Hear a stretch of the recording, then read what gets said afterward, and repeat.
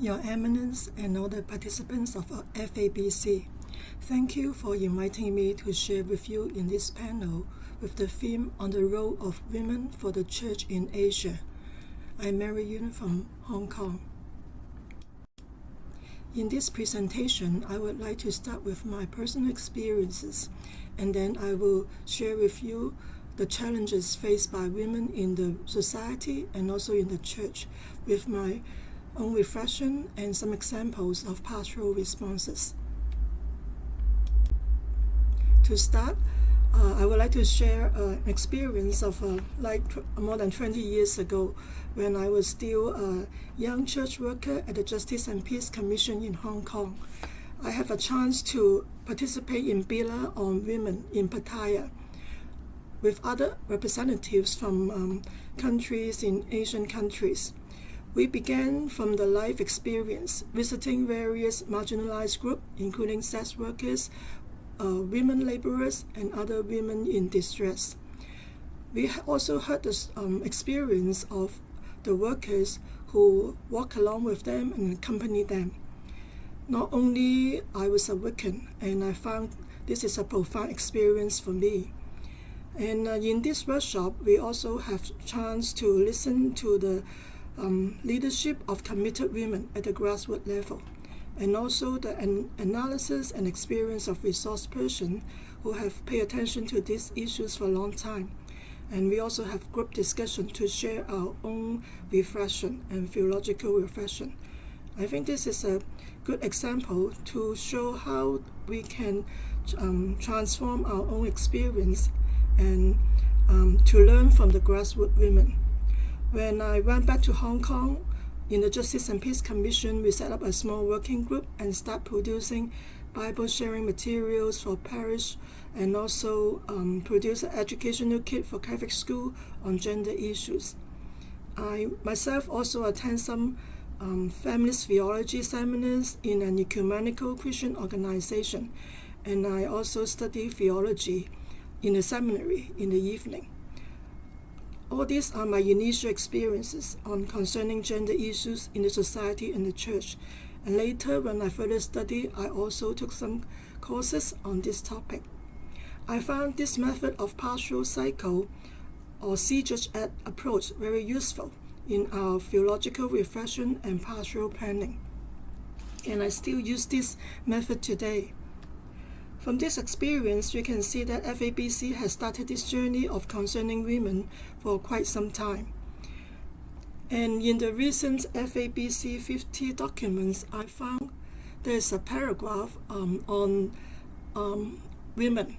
And I saw that they also, the bishops also pay attention and try to hear stories of women who are being discriminated, facing violence and oppression, and they have different kinds of experience. I won't repeat this because I think you all know it very well.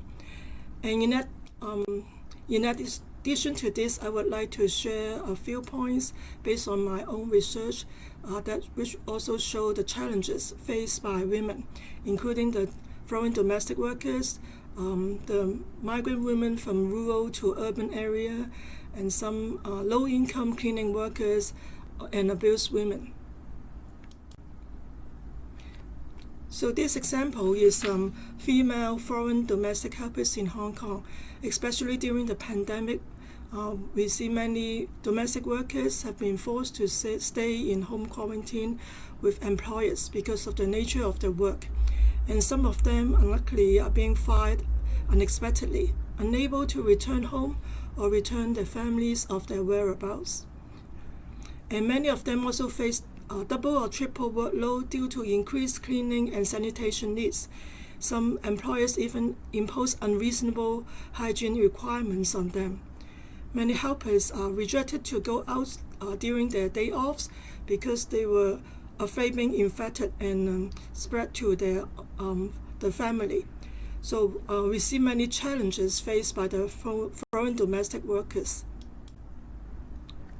So another group is the migrants in China. So the situation may be different because many of them live in rural area and they want to move to the city.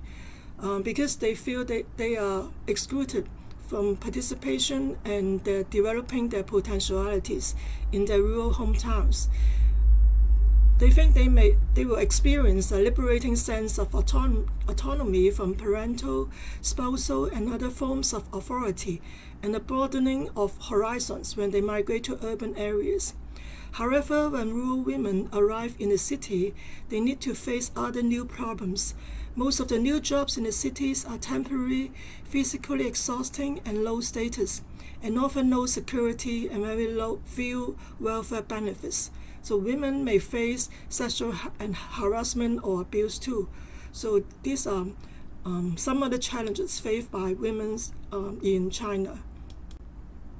Apart from that, we also see many women street cleaning workers, because in Hong Kong most of the cleaning workers are women. Most of them receive very low income but a very heavy workload, especially during the pandemic. But they are without sufficient protection. So under the serious period of the pandemic, they have a high risk of being infected. And they need to strengthen themselves to voice out what they need. There are also other challenges faced by women, especially in East Asia, because in East Asia, many women, in fact, are working women. They have to go out to work and also take care of their families. And also, some are single mothers who have to take care of their kids. When during the pandemic, their kids have to stay at home to study. And during the pandemic, also more domestic violence occur in the family. There are some NGOs who conduct some survey showing that the call for help increased a lot. And even UN have a statistic showing that during the lockdowns, 20% surge in domestic violence.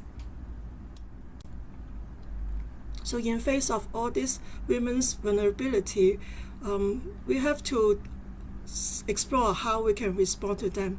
Although they may have many difficulties, but vulnerability should not be the only object of concern. When we have chance to expose to these women, such encounter allow us to respond, and we should affirm that even the vulnerable women can be transformed and regain their capability through empowerment and solidarity actions. Women are agents of change for themselves, for their families, and for others. So I have a few points of reflection, and then I will share some examples of pastoral response which can strengthen women's power. Based on the notion of social friendship and political charity, which can be found in the social encyclical Fratelli Tutti, pastoral care should be provided to these disadvantaged women. And based on Mary's Magnificat, women as objects and subjects of liberation should be affirmed. In fact, they are object of history. They are subject of history and agents of change. Based on the notion of solidarity, women's capabilities should be empowered. For solidarity, it means upholding women's dignity and moral agency, redefining difference and making connection, supporting women's self-help group, advocating for social transformation, and also nurturing the virtue of charity in the church communities. Now I would like to show a few examples of pastoral care to the disadvantaged women. As I mentioned, many migrant domestic helpers face a lot of challenges, and some of them even lost the place to stay because their employers drive them away. And some church workers and also the volunteers form a team and try to look for temporary shelter to the migrant workers who have nowhere to go. And they also provide some basic necessities and food to them during this period of time. And in fact, taking care of the foreign domestic workers is a long-term pastoral care service. In the Hong Kong diocese, there is a pastoral center for the Filipinos and Indonesians. They provide pastoral care and also some material needs to them. They try to extend solidarity with the migrant workers through counseling service and also advocating rights for migrant workers. Temporary shelters also provided to them when there is a need for accommodation, especially during the transition of jobs or waiting for court cases. So, and this is an example of gathering the Indonesian migrant workers through some kind of workshops and formation. Through this kind of gathering, they try to learn skills and education in the secular society, and they are empowered and gain strength and capability. During this process, they exercise their agency and try to affirm their subjectivity. Apart from that, there are other pastoral responses from the church, for example, for the low-income workers. In Hong Kong, the Catholic Labour Commission with the labour centres try to organize cleaning workers and other low-income workers. And they have monthly gatherings and forming self-help group with them, trying to strengthen them and let them strengthen their confidence. So they try to express their own needs and try to even lobby the legislator to change the workers-related policy. And they share their own stories to the public through receiving interview with the media and also in the workshops or the church gatherings.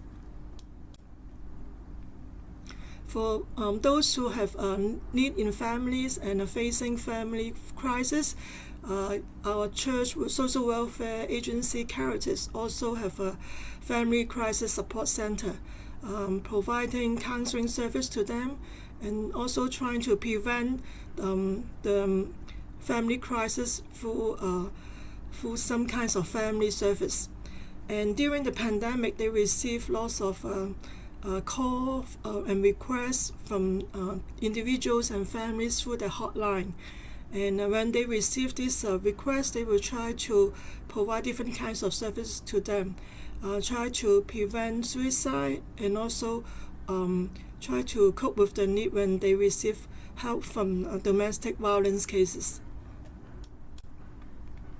So now we go to another part on the women in the church. We see some both positive signs and negative signs in women in the church. For positive signs, we can see there are more women theologians and ministers gathered together to theologize and discuss pastoral concerns, especially, for example, through the Ecclesia of Women in Asia, in which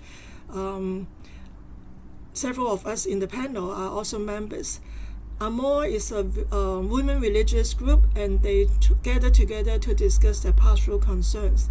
And there are also other country-based associations for women's theological reflection. Apart from that, in some local churches in Asia, there are more and more female faithful playing an active role in the church affairs. For example, in Hong Kong, lay people are encouraged to attend different kinds of faith formation, including theology courses in the seminary. And when they finish their program, they would join different kinds of ministry, and some will go further study and become teachers and formators in the church. Some lay women also involved in planning and leading work in areas such as school education, theological education, social welfare services, and justice and peace ministry, etc. But at the same time, we also see some negative signs. In certain Asian countries which follow traditional culture, for example, Confucianism, that does not affirm gender equality in practice, the local churches in these places may also follow the hierarchical culture, patriarchal practice, and incline to be clericalism. And in a conference, I heard a Catholic nun from China share her own experience, saying that even though women participate actively in church, but they cannot play a leading role. And this is because of the traditional mentality of the Chinese culture, as well as the Catholic patriarchal tradition, that only allow men serve in the leadership role. And this Catholic nun also heard from a parish priest who honestly admits that it is clericalism that shapes the ecclesial structure of the church. And women sometimes also do not aware that they can strengthen themselves and play a more important role. So finally, for my own reflection, I think, as all of you know, we all human beings were created in the image of God, an inherent dignity and value of women on the basis of the image of God. So women should also share the same equality and dignity in the church. Women are encouraged to participate at all levels of the church, not because they are women in terms of gender, but because they share their baptismal call as followers of Christ. They also have the potential to contribute to the church and building the kingdom of God in various ways. Many church teachings promote gender equality. However, there is still a big gap between the theory and the reality. Female church members are the majority, but they are insufficient in decision-making in church affairs. And the church teaching on gender complementarity may lead to the exclusion of women from leadership position. And we talk of synodality in these days. Based on this notion, the church leaders should try to listen to the voices of women and include them in the decision-making process, allowing them to take a greater role in ministries and evangelization. So to listen, to accompany, to be empathetic, and in solidarity with women are some key words. Finally, I would like to quote a few recommendations from Bila on women on an FABC before. I think this suggestion need to be evaluated and see whether they have been implemented, and maybe we need to take further consideration. For example, to enhance the participation of women in all church organizations and councils. At the diocesan level, a committee be formed to address injustice, especially against women and children, and to take immediate actions. Women, including religious sisters, should be justly compensated for their work. And women's theology should be introduced in seminaries and formation centers. Women should be given support and opportunities to enable them to study theology and participate in other ministries. So thank you for allowing me to share with you in these sessions, and hope you have a fruitful discussion. Thank you.